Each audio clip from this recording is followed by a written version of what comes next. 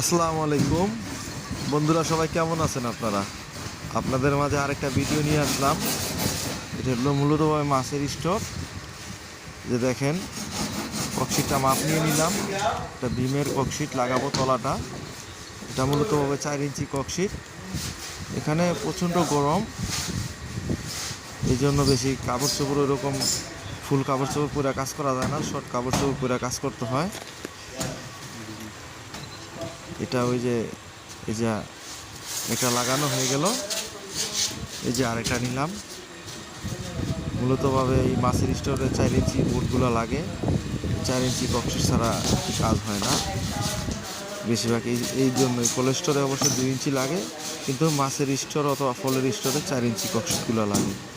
বন্ধুরা পাশে থাকবেন, লাইক কমেন্ট করবেন, আরও ভিডিও আপনাদের মাঝে নিয়ে আসবো।